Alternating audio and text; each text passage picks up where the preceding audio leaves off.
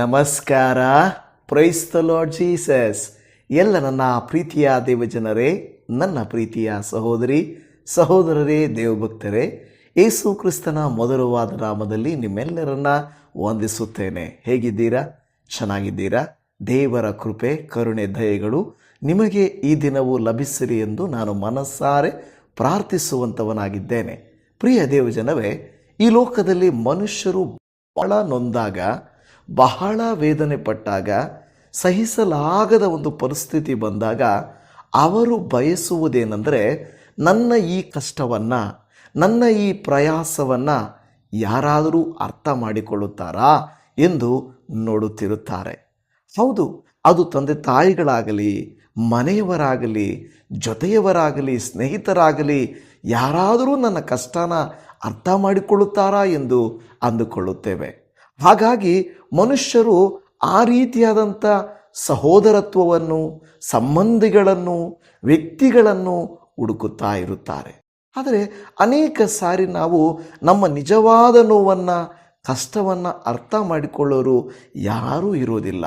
ಎಲ್ಲರೂ ಮೇಲ್ನೋಟಕ್ಕೆ ನೋಡಿಬಿಟ್ಟು ಅಯ್ಯೋ ನಿನಗೇನು ಅನ್ನುತ್ತಾರೆ.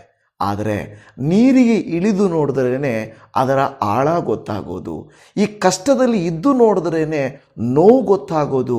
ನಮ್ಮ ಪರಿಸ್ಥಿತಿ ನಮಗೆ ಮಾತ್ರ ಕೆಲವು ಸಾರಿ ಅರ್ಥ ಆಗುತ್ತದೆ, ಬೇರೆಯವರಿಗೆ ಯಾರಿಗೂ ಅರ್ಥ ಆಗೋದಿಲ್ಲ. ಪ್ರಿಯ ದೇವಜನವೇ, ಇಂತಹ ಪರಿಸ್ಥಿತಿಯಲ್ಲಿ ದೇವರು ನಮ್ಮನ್ನು ಅರ್ಥ ಮಾಡಿಕೊಳ್ಳೋದಕ್ಕೆ ಸಾಧ್ಯ ಆಗುತ್ತಾ? ನಿಜವಾಗಿಯೂ ಮಾನವನು ಅನುಭವಿಸುವಂಥ ನೋವನ್ನು ದೇವಾದಿ ದೇವನು ಅರ್ಥ ಮಾಡಿಕೊಳ್ಳಲಿಕ್ಕೆ ಸಾಧ್ಯ ಆಗುತ್ತಾ? ಕೆಲವು ಸಾರಿ ಹೇಳ್ಬೋದು, ನಿನಗೆ ತಾಯಿ ಆದರೆ ಗೊತ್ತಾಗುತ್ತೆಪ್ಪ, ನಿನಗೆ ಒಂದು ಗಂಡನಾಗಿ ಇದ್ದರೆ ಗೊತ್ತಾಗುತ್ತೆ, ಹೆಂಡತಿಯಾಗಿ ಮನೆ ಕೆಲಸ ಮಾಡು ಅವಾಗ ಗೊತ್ತಾಗುತ್ತೆ, ಈ ರೀತಿಯಾಗಿ ಹೇಳ್ತಾರೆ. ನೀವು ಹೊರಗಡೆ ದುಡಿಯೋದು ಎಷ್ಟು ಕಷ್ಟ ಇದೆಯೋ ಗೊತ್ತಾ, ಮನೆಯಲ್ಲಿ ದುಡಿಯೋದು ಎಷ್ಟು ಕಷ್ಟ ಇದೆ ಗೊತ್ತಾ, ಈ ರೀತಿಯಾಗಿ ಹೇಳ್ತಾ ಇರ್ತಾರಲ್ಲ. ಹಾಗಾದರೆ ನಮ್ಮ ಕರ್ತನು ನಮ್ಮನ್ನು ಅರ್ಥ ಮಾಡಿಕೊಳ್ಳಲಿಕ್ಕೆ ಶಕ್ತನ? ನಮಗಿರುವ ನೋವು, ನಮಗಿರುವ ಬಲಹೀನತೆ ದೇವರಿಗೆ ಅರ್ಥ ಆಗುತ್ತಾ? ಬನ್ನಿ ವಾಕ್ಯದ ಮೂಲಕವಾಗಿ ತಿಳಿದುಕೊಳ್ಳೋಣ. ಇದರಿಂದ ಮುಖ್ಯವಾದಂಥ ದೇವರ ವಾಕ್ಯವು ಇಬ್ರಿಯರಿಗೆ ಬರೆದ ಪತ್ರಿಕೆ 4ನೇ ಅಧ್ಯಾಯ 15ನೇ ವಚನ. ಇಬ್ರಿಯ 4:15. ಯಾಕೆಂದರೆ ನಮಗಿರುವ ಮಹಾಯಾಜಕನು ನಮ್ಮ ನಿರ್ಬಲಾವಸ್ಥೆಯನ್ನು ಕುರಿತು ಅನುತಾಪವಿಲ್ಲದವನಲ್ಲವಲ್ಲ, ಆತನು ಸರ್ವ ವಿಷಯಗಳಲ್ಲಿ ನಮ್ಮ ಹಾಗೆ ಶೋಧನೆಗೆ ಗುರಿಯಾದನು, ಪಾಪ ಮಾತ್ರ ಮಾಡಲಿಲ್ಲ. Hallelujah, price the Lord Jesus. ಅನೇಕ ಜನರು ಹೇಳುತ್ತಿರುತ್ತಾರೆ, ಯೇಸುವು ದೇವರಾದರೆ, ನಿಮ್ಮ ಯೇಸು ಸ್ವಾಮಿ ದೇವರಾದರೆ ಆತನು ಯಾಕೆ ಹೀಗೆ ಮಾತಾಡ್ದ? ಆತನು ಯಾಕೆ ಹೀಗೆ ಪ್ರಾರ್ಥಿಸಿದ? ಆತನು ಯಾಕೆ ಹೀಗೆ ಕೂಗಿಕೊಂಡ? ಈ ರೀತಿಯಾಗೆಲ್ಲ ಕೇಳುತ್ತಾ ಇರುತ್ತಾರೆ. ನೋಡಿ, ನಿಜವಾಗಿ ಒಬ್ಬ ನಂಬಿಗಸ್ತನಾದ ದೇವರ ಮಗುವು ಈ ವಾಕ್ಯ ಓದುವಾಗ ಅರ್ಥವಾಗುತ್ತದೆ. ನಮ್ಮ ಕಷ್ಟಗಳು, ನಮ್ಮ ವೇದನೆಗಳು, ನಮ್ಮ ಪರಿಶ್ರಮಗಳು, ನಮಗಿರುವಂಥ ನೋವುಗಳು, ಅವಮಾನಗಳು ಸ್ವಾಮಿ ಅರ್ಥ ಮಾಡಿಕೊಳ್ಳುವುದಕ್ಕಾಗಿ, ನಮ್ಮ ಎಲ್ಲ ಈ ಕಷ್ಟಗಳನ್ನು ಹೊತ್ತುಕೊಳ್ಳುವುದಕ್ಕಾಗಿ ಆತನು ಕೂಡ ಇದನ್ನು ಅನುಭವಿಸಿದನು. ಆತನಿಗೆ ಅಗತ್ಯವಿರಲಿಲ್ಲ ನನ್ನ ದೇವರೇ ಯಾಕೆ ನನ್ನನ್ನು ಕೈಬಿಟ್ಟಿ ಎಂದು ಕೂಗಿಕೊಳ್ಳುವುದಕ್ಕೂ, ಗೆತ್ಸೆಮನೆ ತೋಟದಲ್ಲಿ ಆತನು ಕುಳಿತು ಪ್ರಾರ್ಥಿಸುವುದಕ್ಕೂ, ಕೆಲವು ಸಾರಿ ಪರಿಸ್ಥಿತಿಗಳನ್ನು ನೋಡಿ ಕಣ್ಣೀರು ಹಾಕುವುದಕ್ಕೂ, ಕೆಲವು ಸಂದರ್ಭದಲ್ಲಿ ಕಠಿಣವಾದಂಥ ಕಾರ್ಯಗಳನ್ನು ನಾನು ಹಾಳು ಮಾಡೋದಕ್ಕೆ ಬಂದಿದ್ದೀನಿ ಅಂತ ಹೇಳುವ ಮಾತುಗಳನ್ನು ನಾವು ಆಯಾ ಪರಿಸ್ಥಿತಿಗೆ ಸಂಬಂಧಪಟ್ಟ ಹಾಗೆ, ಆಯಾ ಘಟನೆಗೆ ಸಂಬಂಧಪಟ್ಟ ಹಾಗೆ ನೋಡಬೇಕೆ ಹೊರತು ಮೇಲ್ನೋಟಕ್ಕೆ ನೋಡುವುದು ಅಲ್ಲವೇ ಅಲ್ಲ. ದೇವಜನವೇ, ಸಹೋದರರೇ, ನೀವು ಅಂದುಕೊಳ್ತಾ ಇರ್ಬೋದು, ಪಾಸ್ಟರ್ ನನ್ನ ಪರಿಸ್ಥಿತಿ ಬಹಳ ಕಷ್ಟಕರವಾಗಿದೆ, ನಾನು ಹೇಳ್ತಾ ಇದ್ರೂ ಯಾರಿಗೂ ಅರ್ಥ ಆಗ್ತಾ ಇಲ್ಲ. ಕೆಲವರು ಶಾರೀರಿಕ ರೋಗಗಳಿಂದ ಬಾಧೆ ಪಡ್ತಾ ಇರ್ತಾರೆ. ಆ ಶಾರೀರಿಕ ಬಾಧೆಗಳಿಂದ ಬಾಧೆ ಪಡುವಾಗ ಯಾರೂ ಕೇಳಿಸ್ಕೊಳ್ಳೋಕ್ಕಾಗಲ್ಲ. ಗಂಡ ಹೇಳ್ತಾನೆ, ನಿನಗೆ ಯಾವಾಗಲೂ ಇದ್ದಿದ್ದೇ ಇದು ಅಲ್ವಾ? ಗಂಡ ಹೇಳೋದೇನು? ಯಾವಾಗಲೂ ನೀನು ಕಂಪ್ಲೇಂಟ್ಸ್ ಇದ್ದಿದ್ದೆ, ಯಾವಾಗ ನೋಡಿದ್ರು ನೋವು ನೋವು ನೋವು ನೋವು, ಯಾವಾಗ ನೋಡಿದ್ರು ಇದು ಬೇಕು ಅದು ಬೇಕು ಅದು ಬೇಕು ಇದು ಬೇಕು, ಯಾವಾಗ ನೋಡಿದ್ರು ಹೀಗೆ ಅಂತ ಇರ್ತೀಯ ಅಂತ ಹೇಳಿ ಗಂಡ ಹೆಂಡತಿಯನ್ನು ಹೇಳ್ತಾರೆ. ಆವಾಗ ಹೆಂಡತಿ ಸ್ನೇಹಿತರಿಗೋ ಇಲ್ಲ ತವರು ಮನೆಗೆ ಹೇಳ್ತಾರೆ, ನನ್ನ ಯಜಮಾನರು ನನ್ನನ್ನು ಅರ್ಥನೇ ಮಾಡ್ಕೊಳ್ಳಲ್ಲ. ಯಾಕೆಂದರೆ ನನಗಾಗಿ ಕೇಳ್ತಾ ಇದ್ದೀನ, ಮಕ್ಕಳಿಗಾಗಿ ಕೇಳ್ತಾ ಇದ್ದೀನಿ, ಮನೆಗಾಗಿ ಕೇಳ್ತಾ ಇದ್ದೀನಿ, ನಮ್ಮ ಒಳ್ಳೆಯದಕ್ಕಾಗಿ ಕೇಳ್ತಾ ಇದ್ದೀನಿ. ಸಲಹೆ ಕೊಡುತ್ತಾರೆ ಹೆಂಡತಿ, ಅದು ಮಾಡಬೇಡ್ರಿ, ಅದು ಅವ್ರನ್ನ ನಂಬೇಡ್ರಿ, ಹಾಗೆ ಹೋಗಬೇಡ್ರಿ, ನಿನಗೇನು ಗೊತ್ತಾಗಲ್ಲ ಸುಮ್ಮನೆ ಇರು, ನಿನಗೇನು ಗೊತ್ತು, ನಿನಗೆ ಅರ್ಥ ಆಗಲ್ಲ ಸುಮ್ಮನೆ ಇರು ಅಂತ ಹೇಳಿ ಹೆಂಡತಿಯ ಬಾಯನ್ನು ಮುಚ್ಚಿಸಬಹುದು. ಎಲ್ಲ ಸಂದರ್ಭದಲ್ಲಿ ಅವರು ಆ ರೀತಿ ತಪ್ಪು ಅಂತ ಹೇಳೋಕ್ಕಾಗಲ್ಲ. ಯಾಕೆಂದರೆ ಸಲಹೆಗಳನ್ನು ನಾವು ತೆಗೆದುಕೊಳ್ಬೇಕು, ತೀರ್ಮಾನಗಳು ಬೇರೆ. ಆದರೆ ಹೇಳ್ತಾರೆ ನಿನಗೇನು ಗೊತ್ತಿಲ್ಲ ತಗೋ ಅಂತ ಹೇಳ್ತಾರೆ ಅಲ್ವಾ, ಅರ್ಥ ಮಾಡಿಕೊಳ್ಳೋದಿಲ್ಲ. ಕೆಲವು ಸಾರಿ ಹೆಂಡತಿಯರು ಅಂದರೆ ಇರುವ ಸ್ತ್ರೀಯರು ಗಂಡಂದ್ರ ಕುರಿತು ಹೇಳ್ತಾರೆ, ಏನು ಕೆಲಸಕ್ಕೆ ಹೋಗೋದು ಬರೋದಷ್ಟೇ ತಾನೇ ಅನ್ನಬಹುದು. ಆದರೆ ಕೆಲಸದಲ್ಲಿ ಏನು ಟೆನ್ಷನ್ ಇರುತ್ತೆ, ಹೋಗುವಾಗ ಬರುವಾಗ ಎಷ್ಟು ಟೆನ್ಷನ್ ಇರುತ್ತೆ ಅದು ಗೊತ್ತಾಗಲ್ಲ. ನಿಂತರ ನೀನು ಕೆಲಸಕ್ಕೆ ಹೋಗಿ ಬಂದ್ಬಿಡ್ತೀಯ ಅಷ್ಟೇ ತಾನೇ. ಆದರೆ ನನಗೆ ಎಷ್ಟು ಕೆಲಸ ಇದೆ ಗೊತ್ತಾ? ನನ್ನ ಪ್ರಿಯ ದೇವಜನರೇ, ಮನೆಯಲ್ಲಿಯೂ ಕಷ್ಟ ಇರುತ್ತೆ, ಕೆಲಸದಲ್ಲಿಯೂ ಕಷ್ಟ ಇರುತ್ತದೆ. ನಮ್ಮನ್ನು ಅರ್ಥ ಮಾಡಿಕೊಳ್ಳುವಂಥ ವ್ಯಕ್ತಿಗಳು ನಾವಾಗಿರಬೇಕು.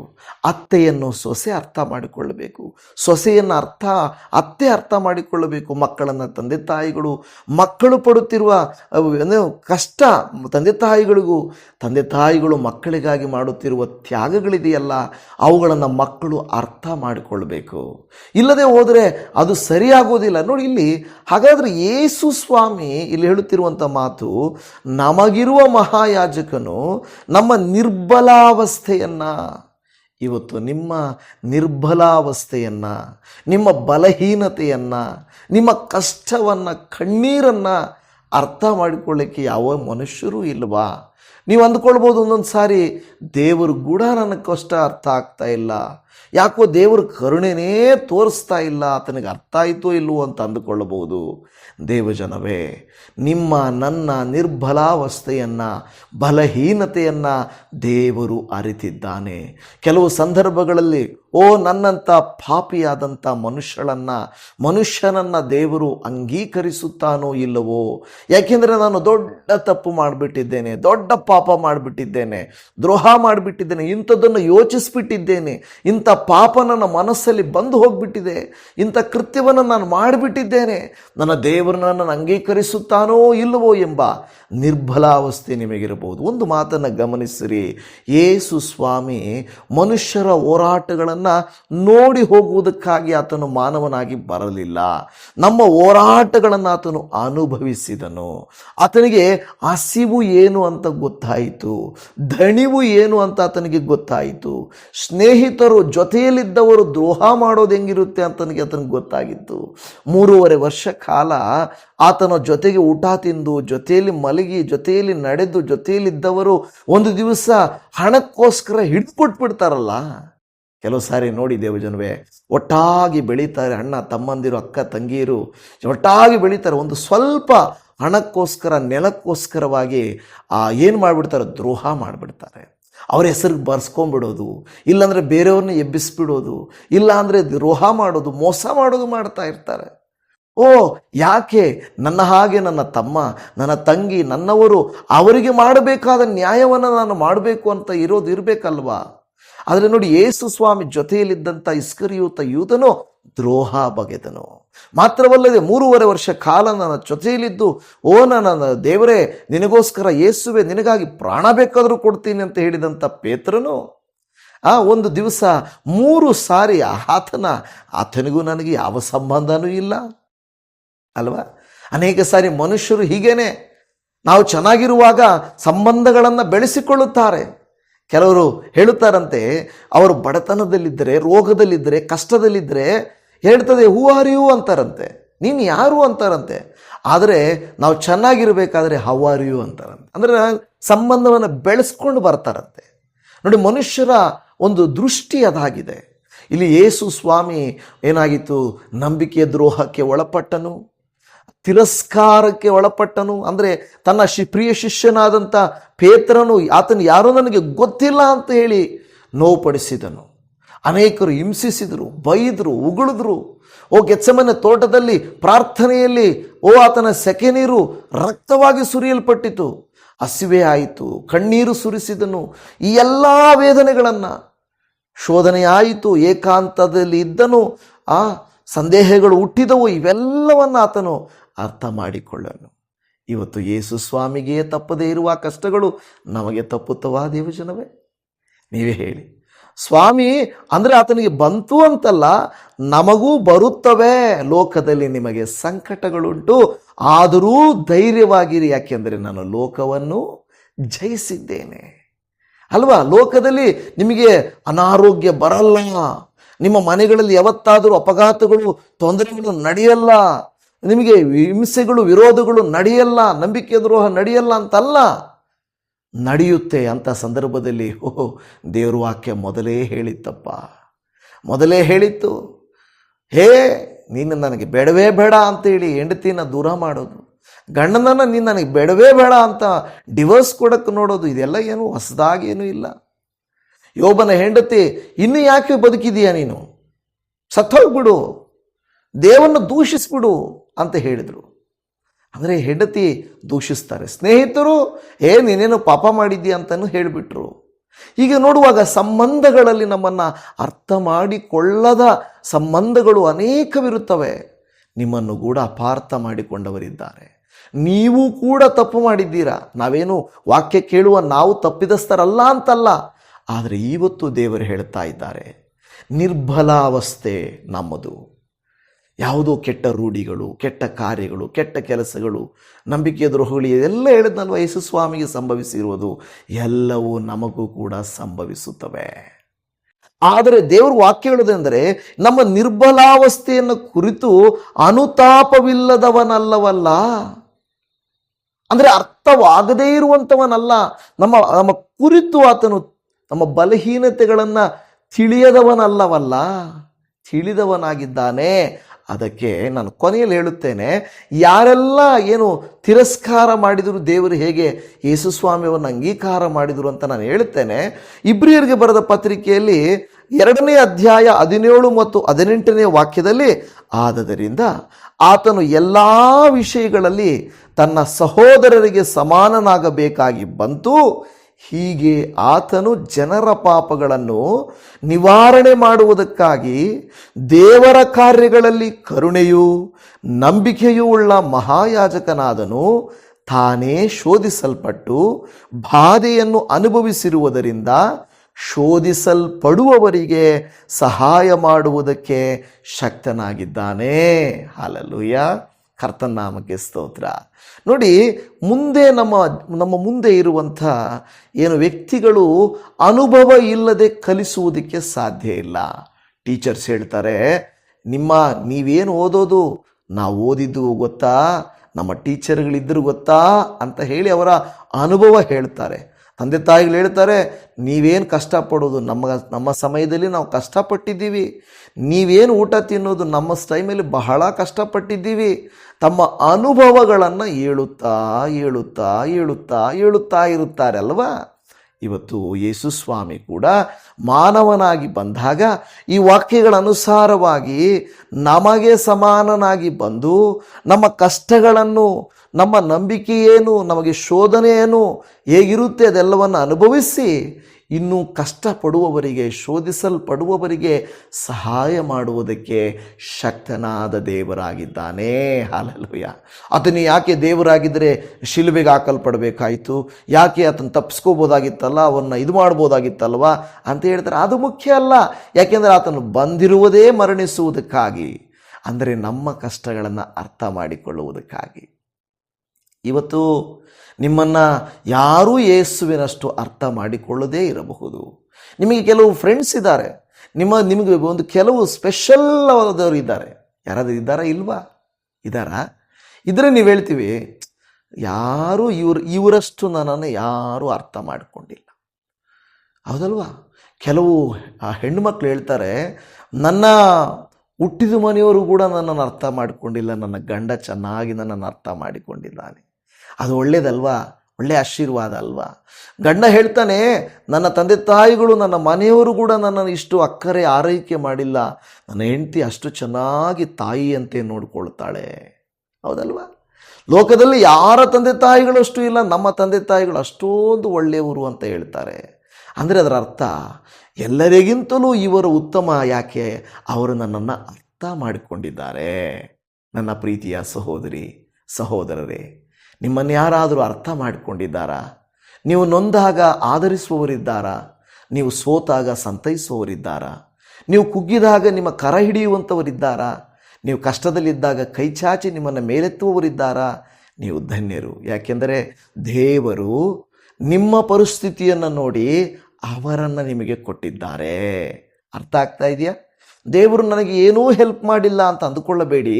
ಯಾರದೋ ಮೂಲಕವಾಗಿ ನಿಮಗೆ ಸಾಂತ್ವನ, ಯಾರದೋ ಮೂಲಕವಾಗಿ ನಿಮಗೆ ಧೈರ್ಯ, ನಿಮಗೆ ಸಂತೋಷ, ಸಮಾಧಾನ, ಸಹಾಯಾಸ್ತ ದೇವರು ಕೊಡಿಸಿದ್ದಾರೆ. ಹಾಗಾದರೆ ನೀವು ನಾನು ಏನು ಮಾಡಬೇಕು? ಅಪ್ಪ, ನೀನು ಅರ್ಥ ಮಾಡಿಕೊಳ್ಳದ ದೇವರಲ್ಲಪ್ಪ, ಅರ್ಥ ಮಾಡಿಕೊಳ್ಳುವ ದೇವರು ನೀನಪ್ಪ ಎಂದು ನಾವು ಏನು ಮಾಡಬೇಕು? ದೇವರಿಗೆ ಸ್ತೋತ್ರ ಮಾಡುವಂಥವರಾಗಿರಬೇಕು. ಕೆಲವು ಸಾರಿ ನಮ್ಮ ಕಷ್ಟಗಳು ಅರ್ಥ ಆಗಲ್ಲ. ಕೆಲವರಿಗೆ ಜನರಿಗೆ ಏನಂದರೆ, ಎಲ್ಲಿಯವರೆಗೂ ನಾವು ಚೆನ್ನಾಗಿರ್ತೀವೋ ಅಲ್ಲಿಯವರೆಗೂ ನಮ್ಮನ್ನು ಬಹಳ ಚಂದವಾಗಿ ನೋಡಿಕೊಳ್ತಾರೆ. ಒಂದು ಕತೆ ನನಗೆ ಜ್ಞಾಪಕ ಬರ್ತಾ ಇದೆ. ಆ ಕತೆ ಏನಂದರೆ, ಒಬ್ಬ ವ್ಯಕ್ತಿ ಹತ್ರ ಒಂದು ಕತ್ತೆ ಇತ್ತಂತೆ. ಆ ಕತ್ತೆ ಬಹಳ ಕಷ್ಟಪಟ್ಟು ಅವನಿಗೆ ಕೆಲಸ ಮಾಡ್ತಾ ಇತ್ತಂತೆ. ಕಷ್ಟಪಟ್ಟು ಕೆಲಸ ಮಾಡ್ತಾ ಇದ್ದರೆ ಏನಾಯಿತು? ಪ್ರತಿ ಸಾರಿ ಕಷ್ಟಪಡುವಾಗ ಆ ವ್ಯಕ್ತಿಯ ಕತ್ತೆಯನ್ನು ಏನು ಮಾಡ್ತಾ ಇದ್ದ ಗೊತ್ತಾ? ಅಪ್ರಿಷಿಯೇಟ್ ಮಾಡ್ತಾ ಇದ್ದ. ಒಂದು ಸಾರಿ ನದಿ ಹತ್ರ ಹೋದಾಗ ಒಂದು ಒಳ್ಳೆ ದೊಡ್ಡ ಮೀನು ಸಿಕ್ಕಿದೆ. ಆ ಮೀನನ್ನು ಕತ್ತೆಯ ಮೇಲೆ ಒರೆಸ್ಬಿಟ್ಟು ಅದನ್ನು ಕರ್ಕೊಂಡು ಬರ್ತಾನೆ. ಕರ್ಕೊಂಡು ಬಂದಾಗ ಮನೆ ಹತ್ರ ಬಂದು ಅದನ್ನು ಅಪ್ರಿಷಿಯೇಟ್ ಮಾಡಿ, ನೀನಿಲ್ಲದೆ ಹೋಗಿದ್ರೆ ನಾನು ಇವತ್ತು ಆ ಒಂದು ಸಾಧನವನ್ನು, ಒಂದು ಆ ಮೀನನ್ನು ತೊಗೊಂಡು ಬರೋಕ್ಕಾಗ್ತಾ ಇರಲಿಲ್ಲ ಅಂದಾಗ ಆ ಕತ್ತೆಗೆ ತುಂಬ ಖುಷಿಯಾಗೋಗ್ಬಿಡುತ್ತೆ. ನನ್ನ ಯಜಮಾನ ಎಷ್ಟು ಚೆನ್ನಾಗಿ ನನ್ನನ್ನು ಅರ್ಥ ಮಾಡ್ಕೊಂಡಿದ್ದಾನಲ್ವಾ ಅಂತೇಳಿ. ಇನ್ನೊಂದು ಸಾರಿ ಅದೇ ರೀತಿಯಲ್ಲಿ ಏನು ಮಾಡ್ತಾನಂದರೆ, ಒಂದು ದೂರದ ಸ್ಥಳಕ್ಕೆ ಕುಟುಂಬವಾಗಿ ಹೋಗಬೇಕಾಗುತ್ತೆ. ಕುಟುಂಬವನ್ನೆಲ್ಲ ಕತ್ತೆ ಹೊತ್ತುಕೊಂಡು ಹೋಗ್ತದೆ. ಆವಾಗಲೂ ನೀನು ಇದ್ದಿದ್ದರಿಂದನೇ ನನ್ನ ಪ್ರಯಾಣ ಸುಖಕರವಾಯಿತು ಅಂತ ಹೇಳಿತು. ಅವಾಗ ಕತ್ತೆ ಅಂದುಕೊಡುತ್ತೆ, ನನ್ನ ಯಜಮಾನ ನನ್ನನ್ನು ತುಂಬ ಅರ್ಥ ಮಾಡಿಕೊಂಡಿದ್ದಾನೆ ಅಂತ. ಇನ್ನೂ ಅನೇಕ ಸಾರಿ ಅದೇ ರೀತಿಯಲ್ಲಿ ಉಪಕಾರ ಮಾಡಿದಾಗ ಕತ್ತೆ ಅಂದುಕೊಳ್ಳುತ್ತೆ, ನನ್ನ ಯಜಮಾನ ಚೆನ್ನಾಗಿ ಅರ್ಥ ಮಾಡಿಕೊಂಡಿದ್ದಾನೆ ಅಂತ. ಒಂದು ದಿವಸ ಒಂದು ಸೌದೆ ಹಾಕ್ಕೊಂಡು ಒಂದು ಹೋಗ್ತಾ ಇರುವಾಗ ತುಂಬ ಭಾರವಾಗಿದ್ದರಿಂದ ಆಯ ತಪ್ಪಿ ಆ ಕತ್ತೆಯು ಮತ್ತು ಸೌದೆಯು ನೀರಿನೊಳಗೆ ಬಿದ್ದು ಹೋಗ್ಬಿಡುತ್ತದೆ. ಆವಾಗ ಯಜಮಾನನಿಗೆ ತುಂಬ ಕೋಪ ಬರುತ್ತೆ. ಯಾಕೆಂದರೆ ಈ ನೀರಲ್ಲಿ ಬಿದ್ದಿರೋ ಕಟ್ಟಿಗೆ ಉರಿಯಲ್ವಲ್ಲ. ಅಯ್ಯೋ, ಎಂಥ ಕೆಲಸ ಮಾಡಿದೆ ಕತ್ತೆ, ನೀನು ಅಯೋಗ್ಯ, ನಿನಗೆ ಬೇಡವೇ ಬೇಡ, ನೀನು ಬೇಡವೇ ಬೇಡ ಅಂತ ಹೇಳಿ ಅದನ್ನು ಏನು ಮಾಡ್ತಾನೆ, ಅಲ್ಲೇ ಏನು ಮಾಡ್ತಾನೆ, ಬಿಟ್ಬಿಡ್ತಾನೆ. ಅದು ಗಾಯ ಆಗಿರ್ತದೆ. ಮನೆ ಹೆಂಡತಿ ಹೇಳಿದ್ರು ಕೂಡ, ಬೇಡ ರೀ ಪಾಪ, ತುಂಬ ದುಡ್ದಿದೆ, ಬೇಕು ನಮಗೆ ಅಂದರೆ, ಇಲ್ಲ ಇಲ್ಲ ಇಲ್ಲ ಅದು ಚೆನ್ನಾಗಿತ್ತು, ಇವಾಗ ಕೆಟ್ಟೋಗಿದೆ, ಕಾಲು ಗಾಯ ಆಗಿದೆ, ನನಗೆ ಬೇಡವೇ ಬೇಡ ಅಂತ ಹೇಳಿ ಅದನ್ನೇನು ಮಾಡ್ತಾನಂದರೆ ಆ ಕತ್ತೆಯನ್ನು ಬೇಡ ಅಂತ. ಕತ್ತೆಗೆ ಆಗ ಅರ್ಥ ಆಗುತ್ತೆ, ದುಡಿಯೋ ತನಕ, ನಾನು ಗಳಿಸೋ ತನಕ, ಆದಾಯ ಮಾಡೋ ತನಕ ಯಜಮಾನನಿಗೆ ನಾನು ಬೇಕಾಗಿತ್ತು, ನನ್ನನ್ನು ಅವರು ಅರ್ಥ ಮಾಡಿಕೊಂಡಿಲ್ಲ, ನನ್ನ ಮನಸ್ಸು ಅರ್ಥ ಮಾಡಿಕೊಂಡಿಲ್ಲ, ನಾನು ದುಡಿಮೆ ಮಾತ್ರ ಅವರು ಅರ್ಥ ಮಾಡಿಕೊಂಡಿದ್ರು ಅಂತ ಬಹಳ ವೇದನೆ ಪಡುತ್ತದೆ. ನನ್ನ ಪ್ರಿಯ ದೇವಜನವೇ, ಹೀಗೆ ಅಲ್ವಾ ಅನೇಕ ಸಾರಿ ನಾವು ದುಡಿಯೋ ತನಕ ನಮ್ಮನ್ನು ಜನರು ಅಪ್ರಿಷಿಯೇಟ್ ಮಾಡ್ತಾರೆ, ನಾವು ಚೆನ್ನಾಗಿ ಕೆಲಸ ಮಾಡೋ ತನಕ ಅಪ್ರಿಷಿಯೇಟ್ ಮಾಡ್ತಾರೆ. ಆದರೆ ನಾವೇನಾದರೂ ಮಲ್ಕೊಂಡ್ರೆ, ನಾವೇನಾದರೂ ಸ್ವಲ್ಪ ಬೇಸರಗೊಂಡ್ರೆ, ನಾವೇನಾದರೂ ಸ್ವಲ್ಪ ಎಲ್ಲಾದರೂ ಹೋಗಬೇಕು ಅಂದರೆ ಅವರು ಒಪ್ಪಿಕೊಳ್ಳೋದೇ ಇಲ್ಲ ಅಲ್ವಾ? ಒಪ್ಪಿಕೊಳ್ಳೋದೇ ಇಲ್ಲ. ಆವಾಗ ನಾವು ಕೆಟ್ಟವರಾಗ್ಬಿಡ್ತೀರಿ. 90 ಕಾರ್ಯಗಳು ಒಳ್ಳೆಯವು ಮಾಡಿ 10 ಕಾರ್ಯಗಳು ತಪ್ಪು ಮಾಡಿಬಿಟ್ರೆ, ಇಲ್ಲ ಒಂದೇನಾದರೂ ತಪ್ಪು ಮಾಡಿಬಿಟ್ರೆ ನಮ್ಮನ್ನು ಪೂರ್ತಿ ನಾವು ತಪ್ಪಿದಸ್ತರಂತ ಹೇಳಿ ನಮ್ಮನ್ನು ತಪ್ಪಿದಸ್ತರು ಮಾಡ್ತಾರೆ. ಕೆಲವು ಸಾರಿ ಯಜಮಾನರು ನಮ್ಮನ್ನು ಅರ್ಥ ಮಾಡಿಕೊಳ್ಳಲ್ಲ, ನಮ್ಮ ಮೇಲಧಿಕಾರಿಗಳು ನಮ್ಮನ್ನು ಅರ್ಥ ಮಾಡಿಕೊಳ್ಳಲ್ಲ, ತಂದೆ ತಾಯಿಗಳು ಅರ್ಥ ಮಾಡಿಕೊಳ್ಳಲ್ಲ, ಗಂಡ ಹೆಂಡತಿ ಅರ್ಥ ಮಾಡಿಕೊಳ್ಳಲ್ಲ, ಸಭೆ ಅರ್ಥ ಮಾಡಿಕೊಳ್ಳಲ್ಲ, ಜನರು ಅರ್ಥ ಮಾಡಿಕೊಳ್ಳಲ್ಲ ಅಲ್ವಾ? ಜನರು ಅರ್ಥನೇ ಮಾಡಿಕೊಳ್ಳಲ್ಲ. ಅವ್ರಿಗೇನಂದರೆ ಏನೋ ಕೆಲವು ದಿನಗಳ ಹಿಂದೆ ಒಬ್ಬ ಮಧ್ಯರಾತ್ರಿ 1:30, 1:20 ಆ ಟೈಮಲ್ಲಿ ಇರ್ತದೆ. ಒಬ್ಬ ಸಿಸ್ಟ್ರು ಅವರು ನಾನು ಏನೋ ಮಾಡ್ತಾ ಇದ್ದೀನಿ, ಎಡಿಟಿಂಗ್ ಏನೋ ಒಂದರ ನಂತರ ಒಂದು ಕಾಲ್ ಮಾಡ್ತಾ ಇರ್ತಾರೆ. ಯಾಕೆಂದರೆ ಅದೇ ಮೊಬೈಲನ್ನು ಎಡಿಟ್ ಮಾಡುವಾಗ ಮಾಡ್ತಾ ಇದ್ದಾರೆ. ನಾನು ಏನಪ್ಪ ಇದು ಎತ್ತಿದರೆ ಅದು ಕಟ್ಟಾಗುತ್ತೆ, ನನ್ನ ಎಡಿಟಿಂಗು ಎಕ್ಸ್ಪೋರ್ಟ್ ಮಾಡೋದು. 8 ಸಾರಿ ಮಾಡಿದ್ದಾರೆ. ನಾನು ಎಕ್ಸ್ಪೋರ್ಟ್ ಎಲ್ಲ ಆದಮೇಲೆ ನಾನು ಅವರಿಗೆ ಕಾಲ್ ಮಾಡಿದೆ.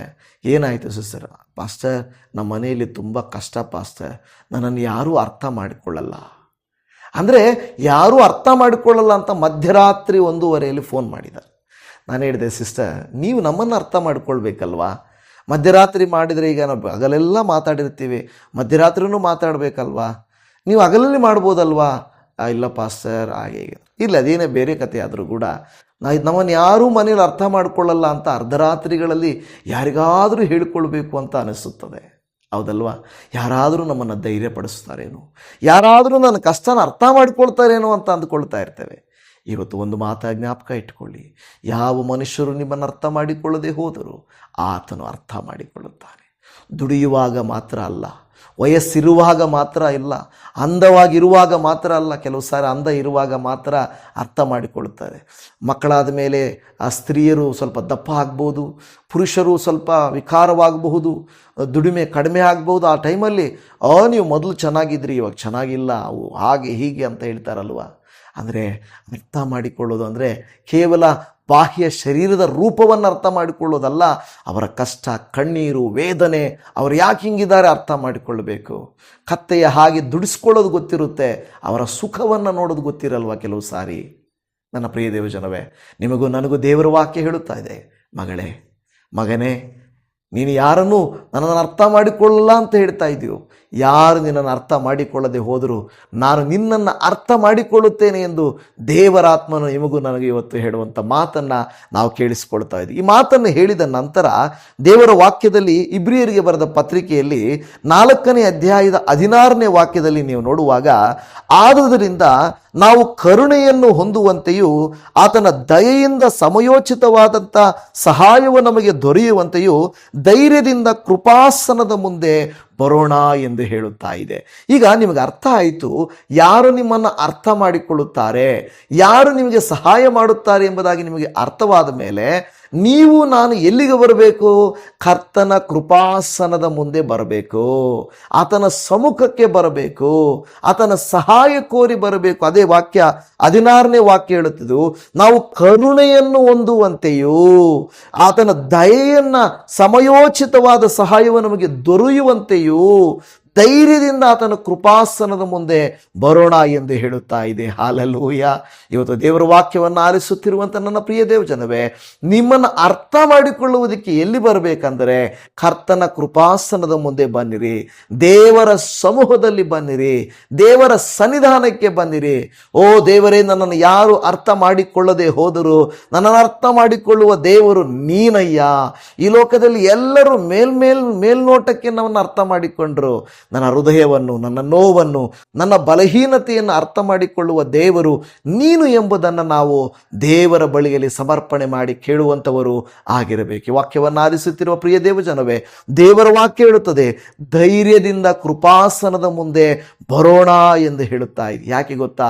ಕೀರ್ತನೆಗಳ ಗ್ರಂಥದಲ್ಲಿ 103ನೇ ಕೀರ್ತನೆ 13 ಮತ್ತು 14ನೇ ವಚನ ಹೇಳುತ್ತದೆ, ತಂದೆಯು ಮಕ್ಕಳನ್ನು ಕನಿಕರಿಸುವಂತೆ ಕರ್ತನು ತನ್ನಲ್ಲಿ ಭಯಭಕ್ತಿ ಉಳ್ಳವರನ್ನ ಕನಿಕರಿಸುತ್ತಾನೆ. ಆತನು ನಮ್ಮ ಪ್ರಕೃತಿಯನ್ನ ಬಲ್ಲೆನು, ನಾವು ಧೂಳಿಯಾಗಿದ್ದೇವೆಂಬುದನ್ನು ನೆನಪು ಮಾಡಿಕೊಳ್ಳುತ್ತಾನೆ. ನಾವು ಧೂಳಿಯಾಗಿದ್ದೇವೆಂಬುದನ್ನು ಆತನು ನೆನಪು ಮಾಡಿಕೊಳ್ಳುತ್ತಾನೆ. ಏನಂದರೆ, ಈ ನನ್ನ ಮಕ್ಕಳು, ಇವರಿಗೆ ಗೊತ್ತಿಲ್ಲ ಪಾಪ, ಇವರು ಅರ್ಥ ಇಲ್ಲ, ಇವರು ಬಲಹೀನತೆಯಿಂದ ಕೆಲಸ ಮಾಡಿದ್ದಾರೆ, ಇವರು ತಪ್ಪು ಮಾಡಿದ್ದಾರೆ, ಆದರೂ ಇವ್ರನ್ನ ನಾನು ಕನಿಕರಿಸಬೇಕು, ಇವರ ಕುಟುಂಬವನ್ನು ಸರಿಪಡಿಸಬೇಕು. ಪ್ರಿಯ ದೇವಜನವೇ, ನಾವು ಕೋಪದಿಂದ ಒಂದು ಮಾತಾಡ್ತೇವೆ, ಯಾವುದೋ ಒಂದು ಬೇಸರದಿಂದ ಯಾವುದೋ ಒಂದು ತೀರ್ಮಾನ ತೆಗೆದುಕೊಳ್ಳುತ್ತೇವೆ. ಅಂತಹ ಸಂದರ್ಭದಲ್ಲಿ ನಾವು ದೇವರ ಬಳಿಗೆ ಬರುವಾಗ, ದೇವರು ನೀನು ಪಾಪಿ, ನೀನು ಕೆಟ್ಟವಳು, ನೀನು ಈ ಥರ ದ್ರೋಹ ಮಾಡಿದ್ದೀಯಾ, ಇಂಥ ತಪ್ಪು ಮಾಡಿದ್ದೀಯಾ ಅಂತ ಹೇಳಿ ದೇವರು ನಮ್ಮನ್ನು ದೂರ ತಳ್ಳುವುದಿಲ್ಲ. ತಂದೆಯು ಮಕ್ಕಳನ್ನು ಕನಿಕರಿಸುವಂತೆ ದೇವರು ನಿಮ್ಮನ್ನು, ನನ್ನನ್ನು ಕನಿಕರಿಸುವಂಥ ದೇವರಾಗಿದ್ದಾನೆ. ನೋಡಿ, ಯಾಕೆಂದರೆ ನಾನು ಈಗಾಗಲೇ ಹೇಳಿದೆ, ಪೇತ್ರನು ಏನು ಮಾಡ್ತಾನೆ, ಬಹಳ ಧೈರ್ಯಶಾಲಿಯಾದವನು ಯೇಸುವನ್ನು 3 ಸಾರಿ ಜನರ ಮಾತುಗಳ ನಿಮಿತ್ತವಾಗಿ ತಿರಸ್ಕಾರ ಮಾಡಿಬಿಟ್ಟನು. ತಿರಸ್ಕಾರ ಮಾಡದ, ನನಗೆ ಗೊತ್ತಿಲ್ಲ ಎಂದು ಹೇಳಿದನು. ನನ್ನ ಪ್ರಿಯ ದೇವಜನವೇ, ವ್ಯಭಿಚಾರದಲ್ಲಿ ಸಿಕ್ಕಿ ಹಾಕಿಕೊಂಡಂಥ ಸ್ತ್ರೀ ಎಲ್ಲರಿಂದ ತಿರಸ್ಕಾರ ಒಂದು ಯಾರೂ ಅರ್ಥ ಮಾಡಿಕೊಂಡಿರಲಿಲ್ಲ. ಯೇಸು ಸ್ವಾಮಿ ಆಕೆಯನ್ನು ಅರ್ಥ ಮಾಡಿಕೊಂಡಿದ್ದು ಮಾತ್ರ ಅಲ್ಲದೆ, ಇನ್ನು ಮೇಲೆ ನೀನು ಪಾಪ ಮಾಡಬೇಡಮ್ಮ ಎಂದು ಹೇಳಿದನು. ಹಾಗೆ ನಾವು ನೋಡುತ್ತೇವೆ, ತೋಮನು ಯೇಸುವನ್ನ ಕುರಿತು ಪುನರುತ್ಥಾನವಾಗುತ್ತದೆ ಎಂದು ಗೊತ್ತಿದ್ದರೂ ಕೂಡ ಯೇಸುವನ ಪುನರುತ್ಥಾನವನ್ನು ನಂಬಲಿಲ್ಲ. ಅವನ ನಂಬಲಿಲ್ಲ, ಅವನ ತೆಗೆದುಹಾಕ್ಬಿಡ್ರಿ, ಅವನು ಬೇಡ ಅಂತ ಯೇಸು ಸ್ವಾಮಿ ಅನ್ನಲಿಲ್ಲ. ಬದಲಾಗಿ ಅವನನ್ನು ಕೂಡ ಕನಿಕರಿಸಿ ಸೇರಿಸಿಕೊಂಡನು. ಇವತ್ತು ನಿಮ್ಮನ್ನು ನನ್ನನ್ನು ಸೇರಿಸಿಕೊಳ್ಳುವ ಕರ್ತನು ಆತನಾಗಿದ್ದಾನೆ. ತೋಮನ ಹಾಗೆ ಅನೇಕ ಸಂದರ್ಭಗಳಲ್ಲಿ ಗುಣಗುಟ್ಟಿರುತ್ತೇವೆ, ಕೋಪ ಮಾಡಿಕೊಂಡಿರುತ್ತೇವೆ, ಪ್ರಶ್ನಿಸಿರುತ್ತೇವೆ, ಪ್ರಾರ್ಥಿಸಿರೋದಿಲ್ಲ, ವಾಕ್ಯ ಧ್ಯಾನಿಸಿರೋದಿಲ್ಲ, ದೇವರಿಗೆ ಇಷ್ಟವಾಗಿ ನಡೆದುಕೊಂಡಿರೋದಿಲ್ಲ. ಆದರೂ ದೇವರು ಮತ್ತೆ ತೋಮ ನಂಬದವನಾಗಿರಬೇಡ, ನಂಬುವವನಾಗೂ ಎಂದು ಹೇಳಿದ ಹಾಗೆ ಇವತ್ತು ನಿಮಗೂ ನನಗೂ ಹೇಳುತ್ತಿದ್ದಾನೆ ದೇವ ಸಹೋದರಿ ಸಹೋದರ, ನಂಬದವನಾಗಿರಬೇಡ, ನಂಬುವವನಾಗಿರು ಎಂಬುದಾಗಿ. ಅಂದರೆ ಅಪನಂಬಿಕೆ ಬಂದಾಗಲೂ ದೇವರು ನಮ್ಮನ್ನು ದೂರ ತಳ್ಳದೆ, ಪಾಪ ಮಾಡಿದಾಗಲೂ ದೇವರು ನಮ್ಮನ್ನು ದೂರ ತಳ್ಳದೆ, ಕಷ್ಟಗಳಲ್ಲಿ ಗುಣಗುಟ್ಟಿ ದೂರ ಹೋದಾಗಲೂ ನಮ್ಮನ್ನು ತಳ್ಳದೆ ದೇವರು ಮತ್ತೆ ನಮ್ಮನ್ನು ಸೇರಿಸಿಕೊಳ್ಳುತ್ತಾನೆ. ಎಷ್ಟೋ ಸಾರಿ ಇಸ್ರಾಯೇಲರು ಗುಣಗುಟ್ಟಿದ್ದರು, ಅಪನಂಬಿಕೆ ಪಟ್ಟರು, ದೇವರನ್ನು ತಿರಸ್ಕಾರ ಮಾಡಿದರು, ದೇವರಿಗೆ ಅವಿಧೇಯರಾದರು, ವಿಗ್ರಹಾರಾಧನೆಗಳಿಗೆ ಹೋದರು. ಆದರೂ ದೇವರು ಮತ್ತೆ ಅವರನ್ನು ಪ್ರೀತಿಸಿ ಅವರನ್ನು ಮತ್ತೆ ಸೇರಿಸಿಕೊಂಡನು. ನಿಮ್ಮನ್ನು ಕೂಡ ಸೇರಿಸಿಕೊಳ್ಳುತ್ತಾನೆ, ನಿಮ್ಮನ್ನು ಕೂಡ ಸೇರಿಸಿಕೊಳ್ತಾನೆ. ನಿಮ್ಮ ಪಾಪಗಳು ಕಡು ಕೆಂಪಾಗಿದ್ದರು ಹಿಮದ ಹಾಗೆ ಆತನು ಬೆಳ್ಳಗೆ ಮಾಡುವನು. ನಿಮ್ಮ ಜೀವಿತವನ್ನು ಆತನು ಹಿಮದ ಹಾಗೆ ಬೆಳ್ಳಗೆ ಮಾಡುವನು, ಆಶೀರ್ವದಿಸುವನು. ಹಾಲೆಲೂಯ, ಕರ್ತನಾಮಕ್ಕೆ ಸ್ತೋತ್ರ ಉಂಟಾಗಲಿ. ನಿಮ್ಮನ್ನು ಅನುಗ್ರಹಿಸುವ ದೇವರು ಆತನಾಗಿದ್ದಾನೆ. ತಪ್ಪಿ ಹೋದ ಮಗನು ತಪ್ಪು ಮಾಡಿಬಿಟ್ಟು ಅವನು ಹೋಗ್ಬಿಟ್ಟಿದ್ದ, ತಂದೆಗೆ ವಿರುದ್ಧವಾಗಿ ಪಾಪ ಮಾಡಿಬಿಟ್ಟು ಹೋಗ್ಬಿಟ್ಟಿದ್ದ ಅವನು. ಅವನು ಅಂದುಕೊಳ್ತಾ ಇದ್ದಾನೆ, ನಾನು ಹಿಂತಿರುಗಿ ಹೋದರೆ ಅಪ್ಪ ನನ್ನ ಮಗನಾಗಿ ಸ್ವೀಕಾರ ಮಾಡೋದಿಲ್ವೇನೋ, ಆದರೆ ನಾನು ಕೆಲಸದಾಳವಾಗಿ ಹೋಗುತ್ತೇನೆ ಅಂತ ಹಿಂತಿರುಗಿ ಬಂದನು. ಆದರೆ ತಂದೆಯ ಮನಸ್ಸು ಹೇಗೆ ಗೊತ್ತಾ, ಅವನು ಬಂದು ಹೇಳುವುದಕ್ಕಿಂತ ಮುಂಚೆ ತಂದೆ ಹೋಗಿ ಅವನನ್ನು ಅಪ್ಪಿಕೊಳ್ಳುತ್ತಾನೆ. ಅಪ್ಪ ನನ್ನನ್ನು ಮುಟ್ಟಬೇಡಪ್ಪ, ನಾನು ಯೋಗ್ಯನಲ್ಲಪ್ಪ ಅಂದಾಗ, ಮಗನೇ ಹಂಗೆ ಹೇಳಬೇಡಪ್ಪ, ನೀನು ಬಂದಿದ್ದೀಯ, ನನಗೆ ಅಷ್ಟು ಸಾಕು ಅಂತ ಹೇಳಿದ್ರು. ಇವತ್ತು ನೀವು ಹಿಂತಿರುಗಿ ಬಂದರೆ, ಜನರು ವಿಶ್ವಾಸಿಗಳು ಹಿಂತಿರುಗಿ ಬಂದರೆ, ಸ್ವಾಮಿ ನೀನು ವಿಗ್ರಹಾರಾಧನೆಗೆ ಹೊರಟೋಗ್ಬಿಟ್ಟಿದ್ದೀಯಾ, ನನ್ನನ್ನು ಬಿಟ್ಟು ತೀರ್ಮಾನ ತೆಗೆದುಕೊಂಡ್ಬಿಟ್ಟಿದ್ದೀಯಾ, ನೀನು ಹಂಗೆ ಮಾಡಿದಿ ಹಿಂಗೆ ಮಾಡಿದೆ, ನನಗೆ ಬೇಡ ಅನ್ನೋದಿಲ್ಲ. ಬದಲಾಗಿ ನೀನು ಬಂದರೆ ನಿನ್ನನ್ನು ಅಪ್ಪಿಕೊಂಡು, ನಿನ್ನನ್ನು ಮುದ್ದಿಟ್ಟು, ನಿನ್ನನ್ನು ಮತ್ತೆ ಮಗಳಾಗಿ ಸ್ವೀಕಾರ ಮಾಡಿ, ನೀನು ಕಳೆದುಕೊಂಡ ಸ್ಥಾನವನ್ನು ಮತ್ತೆ ಕೊಡುವಂಥ ದೇವರು ಆತನಾಗಿದ್ದಾನೆ. ಅಂತಹ ದೇವರ ಮುಂದೆ ನಮ್ಮ ಕಣ್ಣುಗಳನ್ನು ಮುಚ್ಚಿ, ಕರ್ತನೇ ನನ್ನನ್ನು ಕನಿಕರಿಸಯ್ಯ, ನಾನೇನಾದರೂ ತಪ್ಪುಗಳನ್ನು ಮಾಡಿ, ಪಾಪಗಳನ್ನು ಮಾಡಿ, ವಿರೋಧಗಳನ್ನು ಮಾಡಿ, ನಿನಗಿಷ್ಟವಿಲ್ಲದ ಕೃತ್ಯಗಳನ್ನು ಮಾಡಿ ನಾನು ದೂರ ಹೋಗಿದ್ದರೆ, ತಪ್ಪಿ ಹೋದ ಮಗನಂತೆ ನನ್ನನ್ನು ಸ್ವೀಕರಿಸು. ಆ ತೋಮನ ಹಾಗೆ ನನ್ನ ನಂಬಿಕೆಯನ್ನಪ್ಪ ಬಲಪಡಿಸಿ ಮತ್ತೆ ನನ್ನನ್ನು ಸೇರಿಸಿಕೋ. ಆ ಪೇತ್ರನನ್ನು ಸೇರಿಸಿಕೊಂಡ ಹಾಗೆ ಸೇರಿಸಿಕೋ ಅಪ್ಪ. ಆ ಒಂದು ಕರ್ತನೆ ಅಪ್ಪ ದೇವರೇ, ವ್ಯಭಿಚಾರದಲ್ಲಿ ಸಿಕ್ಕಿ ಹಾಕಿಕೊಂಡಂಥ ಸ್ತ್ರೀಯನ್ನು ಸೇರಿಸಿಕೊಂಡ ಹಾಗೆ ನನ್ನನ್ನು ಸೇರಿಸಿಕೋ ಎಂದು ಬೇಡಿಕೊಳ್ಳುತ್ತಾ ಇದ್ದೇನೆ ನಾದ. ಕರ್ತನೇ, ಎಷ್ಟೋ ಜನರು ಅಪ್ಪ, ಮನುಷ್ಯರು ಅರ್ಥ ಮಾಡಿಕೊಳ್ಳದೆ ಗುಣಗುಡ್ತಾ ಇರ್ತಾರೆ, ಬೈತಾ ಇರ್ತಾರೆ, ಯಾವಾಗ ನೋಡಿದ್ರು ಕೋಪ ಮಾಡ್ಕೊಳ್ತಾ ಇರ್ತಾರೆ. ನಿಂದಿದ್ದೆ, ನೀನು ಕಷ್ಟ ಇದ್ದಿದ್ದೆ, ನೀನು ಹೇಳ್ಕೊಳ್ತಾ ಇರ್ತೀಯ, ನಿನ್ನ ಸಮಸ್ಯೆ ಇದ್ದಿದ್ದೆ.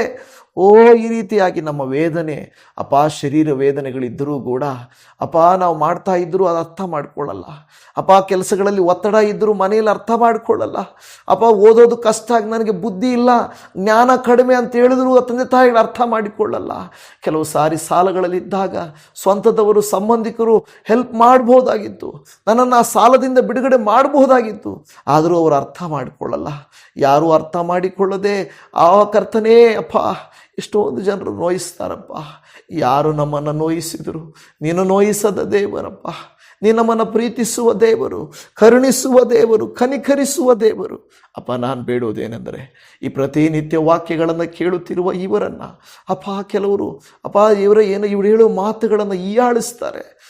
ಇದಲ್ಲ, ಹಾಗಲ್ಲ, ನಿನಗೆ ಗೊತ್ತಿಲ್ಲ, ನೀನು ಹೀಗೆ ಅಂತ ಹೇಳ್ತಾ ಇರ್ತಾರೆ. ಆದರೂ ಕರ್ತನೇ, ನೀನು ಅವರನ್ನು ಅರ್ಥ ಮಾಡಿಕೊಂಡು ಅವರ ಜೊತೆಯಲ್ಲಿದ್ದವರನ್ನು ಧೈರ್ಯಪಡಿಸಿ ಬಲಪಡಿಸಿ ಅವರನ್ನು ಆಧರಿಸಿದ್ದಕ್ಕಾಗಿ ಸ್ತೋತ್ರ ಮಾಡ್ತಾ ಇದ್ದೇವೆ ಅಪ್ಪ. ಅವರ ಕುಟುಂಬಗಳಲ್ಲಿ ಏನಾದರೂ ಈ ರೀತಿಯಾಗಿ ಅಪ್ಪ ದೇವರೇ, ಇವತ್ತಿನ ವಾಕ್ಯಾನುಸಾರವಾಗಿ ಒಂಟಿತನ ಅಪ್ಪ, ಅರ್ಥ ಮಾಡಿಕೊಳ್ಳದಿರುವಿಕೆ, ಯಾವಾಗಲೂ ಬೈಯೋದು, ಯಾವಾಗಲೂ ಕೋಪ ಮಾಡೋದಿದ್ದರೆ, ಯಾರು ಆ ರೀತಿ ಮಾಡ್ತಾ ಇದ್ದಾರೋ ಅವರಿಗಾಗಿ ನಾವು ಪ್ರಾರ್ಥಿಸ್ತೇವಪ್ಪ. ಪಾಪ ಕಷ್ಟಪಡ್ತಾ ಇದ್ದಾರೆ, ನನ್ನ ಮನೆಗೆ ತಾನೇ ಕಷ್ಟಪಡ್ತಾ ಇದ್ದಾಳೆ, ನನಗೋಸ್ಕರ ತಾನೇ ಕಷ್ಟಪಡ್ತಾ ಇದ್ದಾನೆ, ನಾನು ಯಾಕೆ ಅವ್ರನ್ನ ಹೀಯಾಳಿಸ್ಬೇಕು, ನಾನು ಯಾಕೆ ನಮ್ಮನ್ನು ನೋಯಿಸ್ಬೇಕು, ಯಾಕೆ ಅರ್ಥ ಮಾಡಿಕೊಳ್ಬಾರ್ದು, ನನ್ನ ಬಾಯಿ ನಾನು ಸರಿಯಾಗಿಟ್ಕೊಳ್ಬೇಕು, ನನ್ನ ಮನಸ್ಸು ಸರಿಯಾಗಿಟ್ಕೊಳ್ಬೇಕು, ವಿನಾಕಾರಣ ಅವು ವಸ್ತುಗಳಿಗೋಸ್ಕರ, ಹಣಕ್ಕೋಸ್ಕರ, ಕೆಲಸಕ್ಕೋಸ್ಕರ, ಆದಾಯಕ್ಕೋಸ್ಕರ, ನನಗೋಸ್ಕರ ಅವ್ರನ್ನ ಬೈಬಾರ್ದು ಅಂತ ತೀರ್ಮಾನ ಮಾಡಿಕೊಳ್ಳುವುದಕ್ಕೆ ಸಹಾಯ ಮಾಡಿಕೊಡಿಯಪ್ಪ. ಇವರ ಕುಟುಂಬದಲ್ಲಿ ಸಮಾಧಾನವನ್ನು ಏರ್ಪಡಿಸಿರಿ, ಸಂತೋಷವನ್ನು ಏರ್ಪಡಿಸಿರಿ ಅಪ್ಪ, ಕೃಪೆಯನ್ನು ಏರ್ಪಡಿಸಿರಿ. ಯಾರೂ ಕೂಡ ಗುಣಗುಟ್ಟೋದು, ಕೋಪ ಮಾಡಿಕೊಳ್ಳೋದು, ವಿನಾಕಾರಣ ಬೈಯೋದು, ಅಪಾದೇವರೇ ಕಿರಿಕಿರಿ ಮಾಡೋದು, ನೋಯಿಸೋದು ಮಾಡದೆ ಸಮಾಧಾನವಾಗಿ ಅಪಾದೇವರೇ ಕುಟುಂಬಕ್ಕಾಗಿ ಎಲ್ಲರನ್ನ ಧೈರ್ಯಪಡಿಸಿ, ಒಗ್ಗೂಡಿಸಿ, ಪ್ರಾರ್ಥಿಸಿ, ಜಯಿಸಿ, ಒಮ್ಮನಸ್ಸಿನಿಂದ ಕುಟುಂಬವನ್ನು ದೇವರ ಮುಂದಕ್ಕೆ ನಡೆಸಲಿಕ್ಕೆ ಅವರಿಗೆ ಸಹಾಯ ಮಾಡಿಕೊಡ್ರಿ. ಖಂಡಿತವಾಗಿ ವಾಕ್ಯದ ಮೂಲಕ ಯಾರೊಟ್ಟಾದರೂ ನೀನು ಮಾತನಾಡಿದ್ದಿ ಎಂದು ನಂಬುತ್ತಾ ಇದ್ದೇನಯ್ಯ. ನೀನು ತಾನೇ ಅವರನ್ನು ಬಲಪಡಿಸಿದ್ದೀ ಎಂದು ನಂಬುತ್ತಾ ಇದ್ದೇನೆ. ಮತ್ತು ದೇವರೇ, ಅವರ ಪರಿಸ್ಥಿತಿಯನ್ನು ಅರ್ಥ ಮಾಡಿಕೊಂಡು ಅವರಿಗೋಸ್ಕರ ದೂತರನ್ನು ಕಳುಹಿಸಿರಿಯಪ್ಪ, ಸ್ನೇಹಿತರನ್ನು ಕಳುಹಿಸಿರಿಯಪ್ಪ, ಸಂಬಂಧಿಕರನ್ನು ಕಳುಹಿಸಿರಿಯಪ್ಪ, ಗಂಡನನ್ನು ಮಾರ್ಪಡಿಸಿರಿಯಪ್ಪ, ಹೆಂಡತಿಯ ಮನಸ್ಸನ್ನು ಬದಲಾಯಿಸಿರಿಯಪ್ಪ, ಮಕ್ಕಳು ಅವರ ತಂದೆ ತಾಯಿಗಳ ತ್ಯಾಗವನ್ನು ಅರ್ಥ ಮಾಡಿಕೊಳ್ಳಲಿಯಪ್ಪ, ತಂದೆ ತಾಯಿಗಳು ಮಕ್ಕಳ ದೇವರ ಜ್ಞಾನವನ್ನು ಸರಿದೂಗಿ ಅರ್ಥ ಮಾಡಿಕೊಳ್ಳಲಿಯಪ್ಪ. ರೋಗದಲ್ಲಿದ್ದಾರೆ, ವೈದ್ಯರ ಅರ್ಥ ಮಾಡಿಕೊಳ್ಳಲಿ, ಕಷ್ಟಗಳಲ್ಲಿದ್ದಾರೆ, ಮನೆಯವರ ಅರ್ಥ ಮಾಡಿಕೊಳ್ಳಲಿ. ಯೇಸು ನಾಮದಲ್ಲಿ ಇವರನ್ನು ಬಿಡುಗಡೆ ಮಾಡು, ಆಶೀರ್ವಾದ ಮಾಡು, ಕೃಪೆಗಳಿಂದ ತುಂಬಿಸು ಎಂದು ಬೇಡಿಕೊಳ್ಳುತ್ತಾ ಇದ್ದೇವೆ. ಖಂಡಿತವಾಗಿ ನಿಮಗೆಲ್ಲವೂ ಸಾಧ್ಯ ಅಪ್ಪ. ನಿಮ್ಮಿಂದ ಆಗದೇ ಇರುವಂಥ ಒಂದೂ ಇಲ್ಲಪ್ಪ. ಪ್ರತಿ ಕೃತ್ಯದಲ್ಲಿ ಇವರಿಗೆ ಜಯ ಕೊಡು, ಸಮಾಧಾನ ಕೊಡು, ಧೈರ್ಯ ಕೊಡು. ಕುಟುಂಬಗಳಲ್ಲಿ, ವ್ಯಕ್ತಿಗಳಲ್ಲಿ, ಸಂಬಂಧಗಳಲ್ಲಿ ಮಾರ್ಪಾಡುಗಳನ್ನು ಕೊಡಪ್ಪ. ಕುಟುಂಬವನ್ನು ಪ್ರೀತಿಸದೆ ಹೋದರೆ, ತನ್ನವರನ್ನು ತಾನು ಅರ್ಥ ಮಾಡಿಕೊಳ್ಳದೆ ಹೋದರೆ ಬೇರೆ ಯಾರನ್ನು ನಾವು ಅರ್ಥ ಮಾಡಿಕೊಳ್ಳಿಕ್ಕಾಗುತ್ತಪ್ಪ? ಬೇರೆಯವ್ರನ್ನ ಅರ್ಥ ಮಾಡಿಕೊಂಡು ಮನೆಯವ್ರನ್ನ ಅರ್ಥ ಮಾಡಿಕೊಳ್ಳದೆ ಹೋದರೆ ಪ್ರಯೋಜನ ಏನಪ್ಪ? ಆದ್ದರಿಂದ ದಯಮಾಡಿ ಕೃಪೆಯನ್ನು ತೋರಿಸಿ ಎಂದು ಬೇಡಿಕೊಳ್ಳುತ್ತಾ ಇದೆ. ಇವರ ಕುಟುಂಬಗಳಲ್ಲಿ ಈ ವಾಕ್ಯದ ಶಕ್ತಿಯು ಪ್ರಭಾವ ಬೀರಲಿ, ಮಾರ್ಪಾಡು ತರಲಿ, ಆಶೀರ್ವಾದ ತರಲಿ ಎಂಬುದಾಗಿ ನಮ್ಮ ಕರ್ತನೂ ರಕ್ಷಕನು ಸದಾ ಪ್ರೀತಿಸುವಾತನು ಕಷ್ಟದಲ್ಲಿ ಸಹಾಯ ಮಾಡಿ, ರೋಗಗಳನ್ನು ದೂರ ಮಾಡಿ, ಅಸಮಾಧಾನಗಳನ್ನು ದೂರ ಮಾಡಿ, ಸಾಲಗಳಲ್ಲಿ ಸಹಾಯ ಮಾಡಿ ನಡೆಸುವಾತನಾಗಿರುವ ಯೇಸುವಿನ ಮಧುರವಾದ ನಾಮದಲ್ಲಿ ಪ್ರಾರ್ಥಿಸುತ್ತೇವೆ ತಂದೆಯೇ. ಆಮೇನ್, ಆಮೇನ್, ಆಮೇನ್. ನನ್ನ ಪ್ರಿಯ ದೇವಜನವೇ, ನಿಮ್ಮೆಲ್ಲರಿಗೂ ಯೇಸುವಿನ ನಾಮದಲ್ಲಿ ವಂದನೆಗಳು. ಕರ್ತನ ನಿಮ್ಮೊಟ್ಟಿಗೆ ಮಾತಾಡಿದ್ದಾರೆ ಅಂತ ನಾನು ನಂಬುತ್ತಾ ಭರವಸೆ ಉಳ್ಳವನಾಗಿದ್ದೇನೆ. ಕರ್ತನ ಹೇರಳವಾಗಿ ನಿಮ್ಮನ್ನು ಆಶೀರ್ವಾದ ಮಾಡಲಿ. ನೀವು ಇದರಿಂದ ಆಶೀರ್ವಾದ ಹೊಂದಿದರೆ ಕರ್ತನ ನಾಮವನ್ನು ಘನಪಡಿಸಿರಿ. ನಿಮ್ಮೆಲ್ಲರಿಗೂ shalom. Praise the Lord Jesus. God bless you.